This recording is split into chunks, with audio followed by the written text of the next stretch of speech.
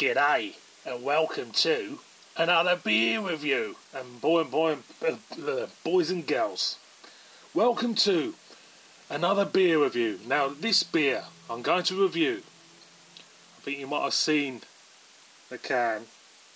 There you go. Bit of a clue.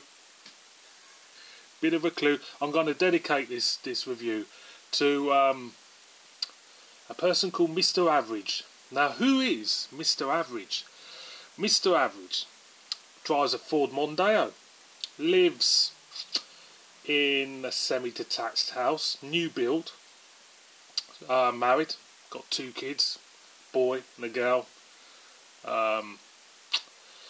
He likes his football, like you do. He'll have a football badge of his favourite team tattooed on the side of his leg. He'll have barbecues in the summer. You know, once every other weekend. The kids get invited round with the friends and stuff. He'll have a trampoline in the garden as well. And he's very, very average. He doesn't do much. He watches a lot of football on Sky. And he drinks loads of this. You know where I'm going?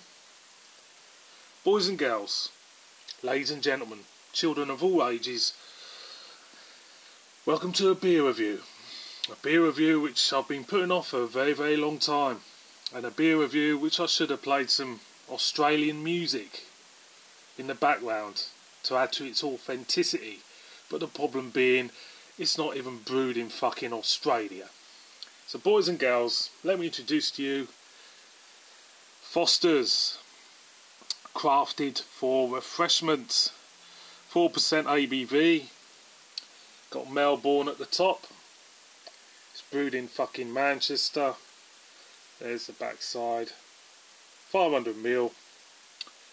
I shall read to you what it says. We've crafted this beer, note crafted, this beer to thirst quench perfection.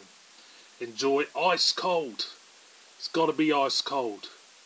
Because I know lager drinkers don't like any taste. It's got to be cold.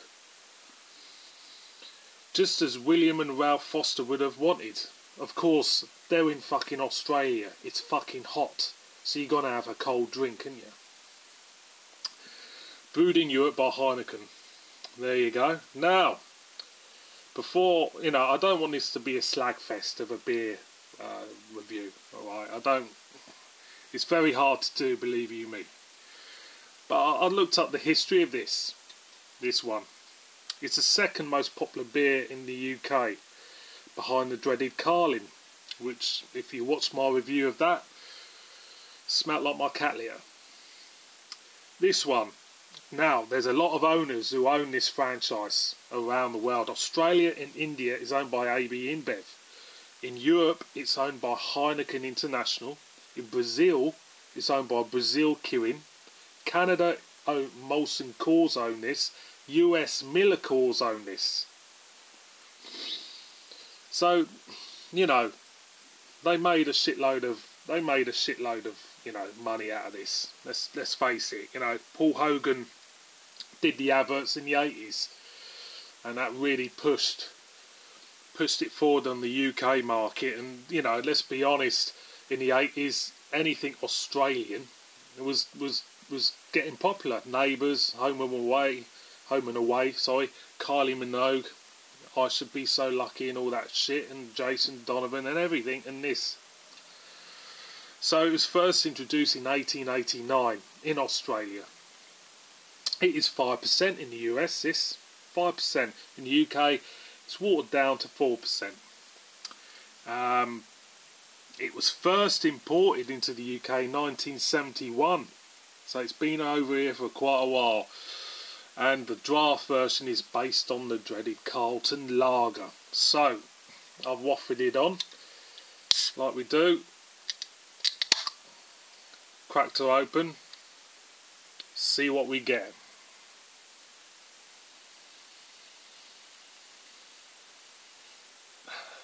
It smells sweet. It smells, actually, Not as bad as what I thought it would. There is a hint of like a hot, like a perfumey maltiness there, but it smells very generic, put it that way. It smells very ordinary. So this is classed as a pale lager. Pale as in colour. Hops, I looked up the hops and they didn't really say what hops are in this. Look at the carbonation on that. That is buzzing. Really buzzing. Second, you know, do I hate this beer? I don't really hate this beer. Let's face it, you know, just because something's popular, I don't really hate this beer as such. You know, I hate the way people are just kind of like following the flock, and you know, when there's great tasting beers about what tastes better than this, and they just go for the plain and ordinary, which, you know, I think this will be. You know, look at that. It doesn't look great for me. A very white head, very anemic head. You know, I'm gonna go in. Actually, I see what I get from the. There's metallicness there, but I'm gonna go in. So cheers.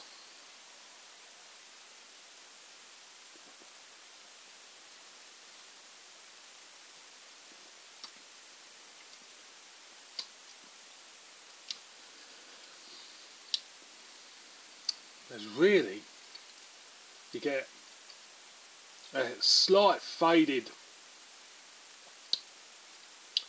hint of bread.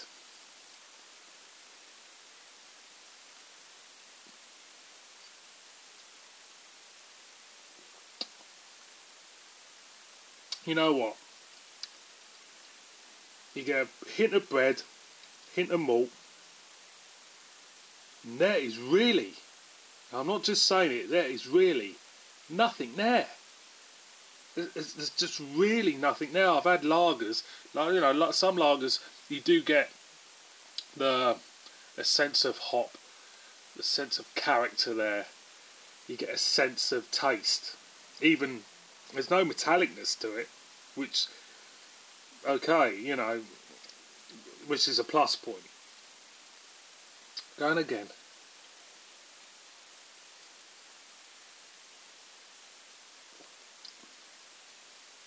Now this is slightly chilled, slightly.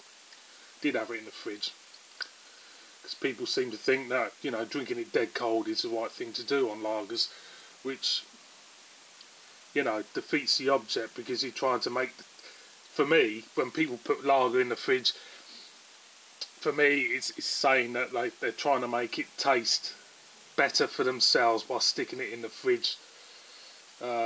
You know, a good all-round beer for me tastes good in the fridge and out, you know. This, if this was dead cold, stone cold, like it says, you wouldn't fucking taste anything. I'll be truthful, you wouldn't taste anything.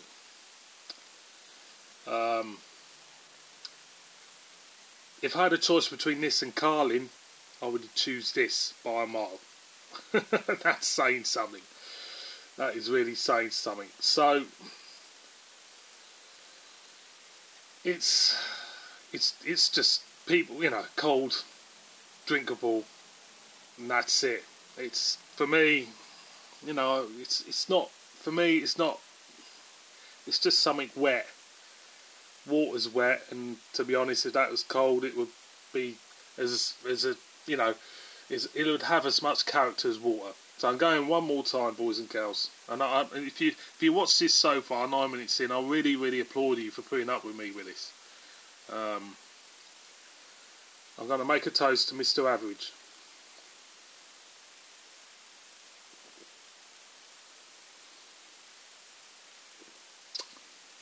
There's nothing there.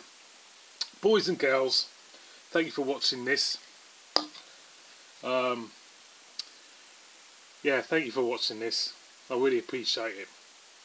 And as ever, see you on my next one.